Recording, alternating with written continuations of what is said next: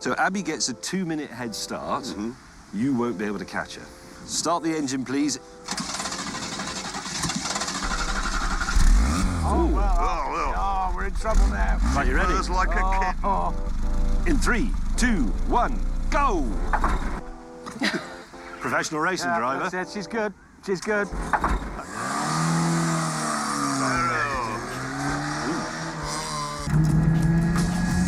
2, 1, begin. Right, let's get this charade over with, shall we? Then, it turned out that actually the finish line was in the 14th century. Very narrow. Oh, I don't know how much a carbon fibre chin spoiler is on one of these, but I bet it's a lot. Abby, however, wasn't worried about that sort of thing.